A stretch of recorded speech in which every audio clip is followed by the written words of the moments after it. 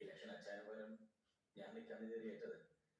അച്ചായൻ നടത്തിക്കൊണ്ടു പോകുന്ന കുറെ കാര്യങ്ങളൊക്കെ ഉണ്ട്, അതൊന്നും മുടങ്ങിപ്പോകാൻ പാടില്ലല്ലോ. പിന്നെ അച്ചായൻ ഇവിടെ ഇല്ലായിരുന്നപ്പോ ആ വർമ്മയും മറ്റുള്ളവരും ചേർന്ന് അവരുടെ കുറെ ആളുകളെ നെടുമ്പള്ളിയുടെ ചുമതല ഏൽപ്പിക്കാനുള്ള ശ്രമം നടത്തി. ഇതൊക്കെ അങ്ങനെ വിട്ടുകൊടുക്കാൻ പാടുണ്ടോ അച്ചായൻ? അച്ചായൻ അച്ചായനെ ഞാൻ അനുഗ്രഹിക്കണം. സ്തുതിയായിരിക്കട്ടെ. ഞാനെന്നാ പാർട്ടി ഓഫീസർ പോയിട്ടുണ്ട്. കുഞ്ഞിന് സുഖമല്ലേ?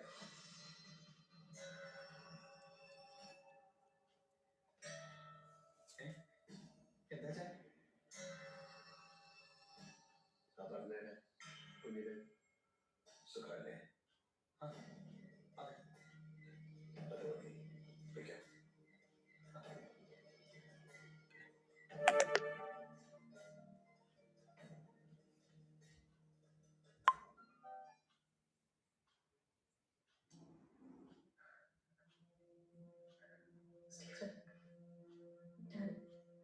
എന്താ മോളെ?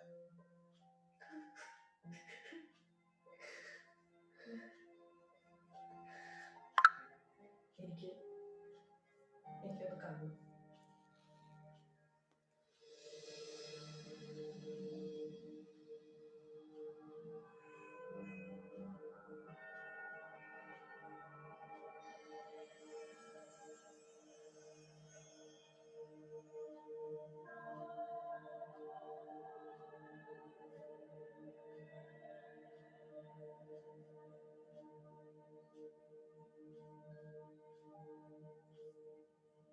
ഇങ്ങനൊരു കൂടിക്കാഴ്ച ഒരിക്കലുണ്ടാകുമെന്ന് രാംദാസ് എന്നോട് പറഞ്ഞിട്ടുണ്ട്.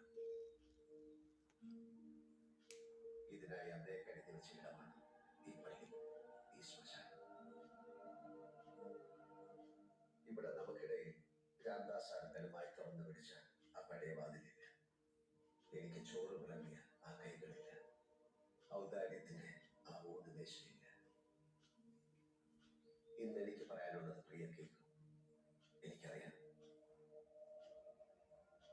എന്റെ ഓർമ്മ ഉറക്കി മുമ്പ് മരിച്ച അപ്പന് നക്സലേറ്റാണെന്നും അവിശ്വാസിയാണെന്നും പറഞ്ഞ് ശ്മശാനത്തിന് ഒരു കുഴിമാറ്റം കൊടുത്തില്ല ഈ പള്ളി.